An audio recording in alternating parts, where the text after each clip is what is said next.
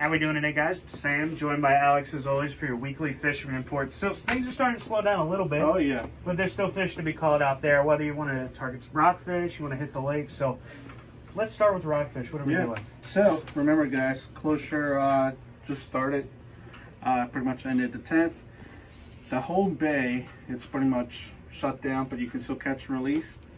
The only section that you can keep some of those fish, and it's under a couple different regulations, it's a Potomac.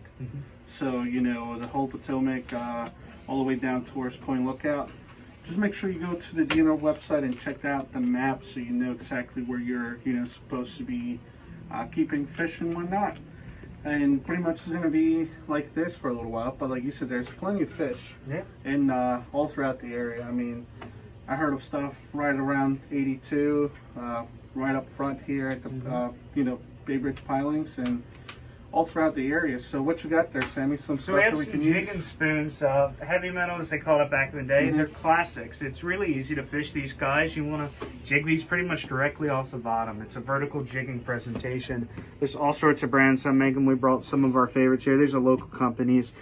LJ at GI Jigs is making a phenomenal jig here. The Rain Minnow, and then you have the Little Bunker by Specialized Baits. Now, both of these baits are going to fish pretty much the same way. It's a matter of dropping it down and typically a pretty quick snap up.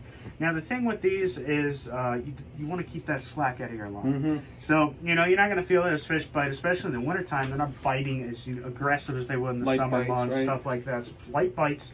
So when you drop that tip, you want to slowly follow it down, but not too much that you're going to inhibit the action. If you just pull it up and then just sit it there, well, now you're inhibiting the action. You really want that bait to start moving, and they flutter really nicely. And you're going to find these in pretty deep water. I mean, these can be fished out into 50, 60 feet of water if you have to. We're seeing some fish up in the mouths of our rivers, as we have a lot lately. They're just going to be in those deeper waters, your channel holes. Find some hard bottom in the channel. You might be able to find a few fish that have stacked out there for the winter. The bridge as well, we always talk about the bridge. The bridge always holds fish. No matter what time of year it is, there's going to be fish there. These are great to fish out by some of the rock piles when you get down to those deeper spots there. You can jig these right off of the bottom. They like to sit out there. And on those warmer days, they push up shallow. Most of the time, they're going to sit in that deeper water off the bridge.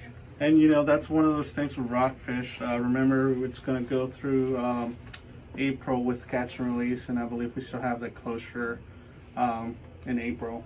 So besides that, you can still troll, you can still do all of those things, bait, all of those typical techniques that you can do for rockfish. Just remember, it's just going to be for fun with that. Now, moving on to some other stuff and, keeping in touch for this area. If you do go out there and throw some chunks of bait, this is pretty much your prime time for some of those bigger blue cats, channel catfish.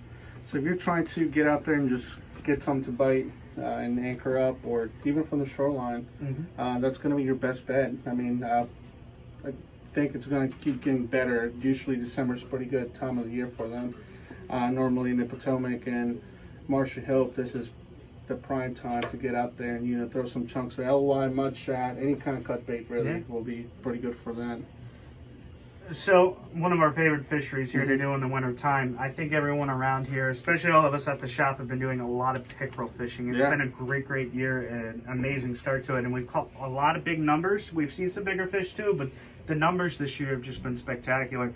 So Alex, why don't you show us a little bit about what we're going to be fishing a lot of? So we got our typical and classic jig head here, anywhere from 3/16 to a 1/4 ounce, usually what I like to stay, even lighter sometimes depending on the tide. So 1/8, 3/16, and 1/4 ounce.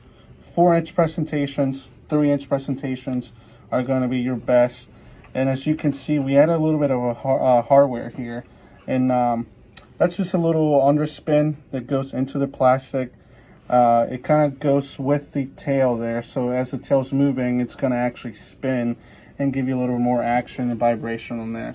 Sammy G here is going to show us how to put that on there real quick. So these are made by Z-Man. These are an awesome little blade, and they have this little keeper tie. Now this works fabulous in the Z-Man Elastic, but it works in just about any plastic as well.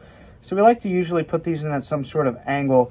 I don't like it to touch the tail, but I want it to be far enough back there. So I kind of just picture where I want it. I'm going to go in at an angle here with the belly cavity. Takes a little bit of pressure. And once you push that all the way through, we're going to try and embed that a little bit back in. And there you go. It's not quite going to interfere with that tail, but it's going to run in unison with it. Now, you do have a little piece of metal here. If you want to snip that off, you can. It really doesn't bug any fish, so I typically leave it there. Yeah, so that's usually what we're using around here in most of these tidal rivers, you know, Severn, Magothy, Patapsco. And just to touch on what Sammy was saying, we've had a good comeback this year. Yeah, for sure. Numbers and good size fish. Like I said, normally right now my natural colors are working a little bit better for me. For sure. Whites. This has been a great, you know, that Creole color there. Just natural stuff. The water's pretty clear this time of the year. Depends on the rain and whatnot. Yeah. And then of course adjusts to, you know, what you're seeing out there with the water conditions. Some other go-to lures you can use, especially with the clear water we've been having, your suspending jerkbaits, whether it's a Rapala or there's all sorts of companies that make some good ones. Yeah. But those are fabulous to fish. It just dies right in front of the fish and they really can't resist it. Another classic would be like a Mepps number 2 or 3 or 4 with a gold blade. Has been doing really well for a lot of guys as well. And if you're a shore fisherman and you know don't have access to a boat or anything, a couple of the spots around here that you can get some of these pickerel. The classic, you know, spot is Beechwood up in Pasadena.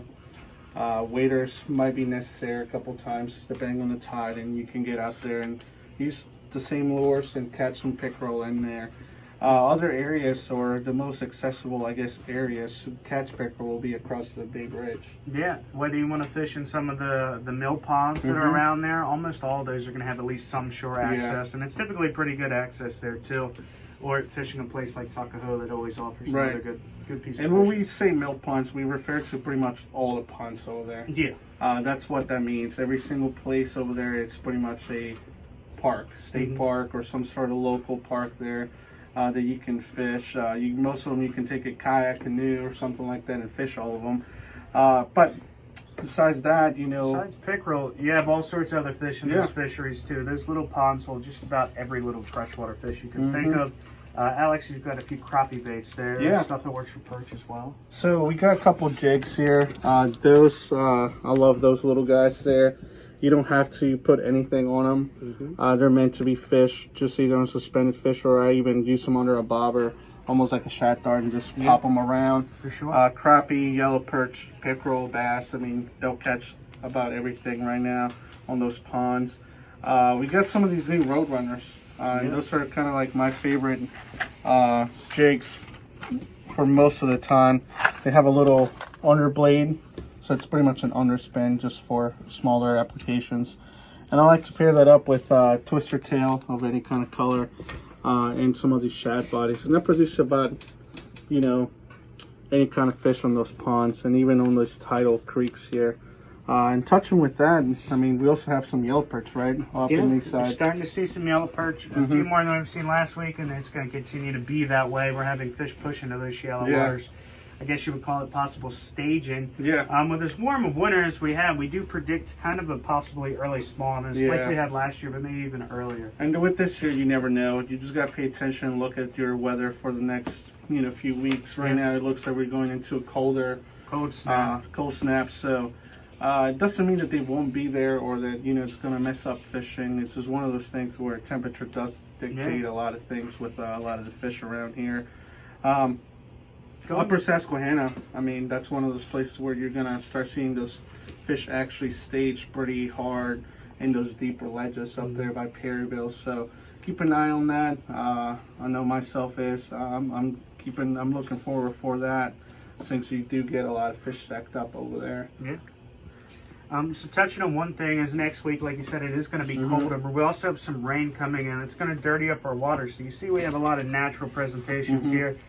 That situation, we're going to fish a lot more brighter colors or really dark colors just to really pop in that dirtier water. Like chartreuse, black and blue. Colors like that really pop in that dirty water. That might be a little better bet than some of these natural presentations. Yeah, and besides that, I mean, going back to some of the panfish, we got this little power bait, Crappie Baits, and it's an old school thing. That's one of those things that if you just put them in the tackle box and you want to add a little bit of scent, you can use that. But yeah, I think that's what we got for your fishing report this week, guys. Like I said, check with us next week and keep an eye on the weather. Absolutely. Yep. Thank you, guys. Good luck. Have a good one.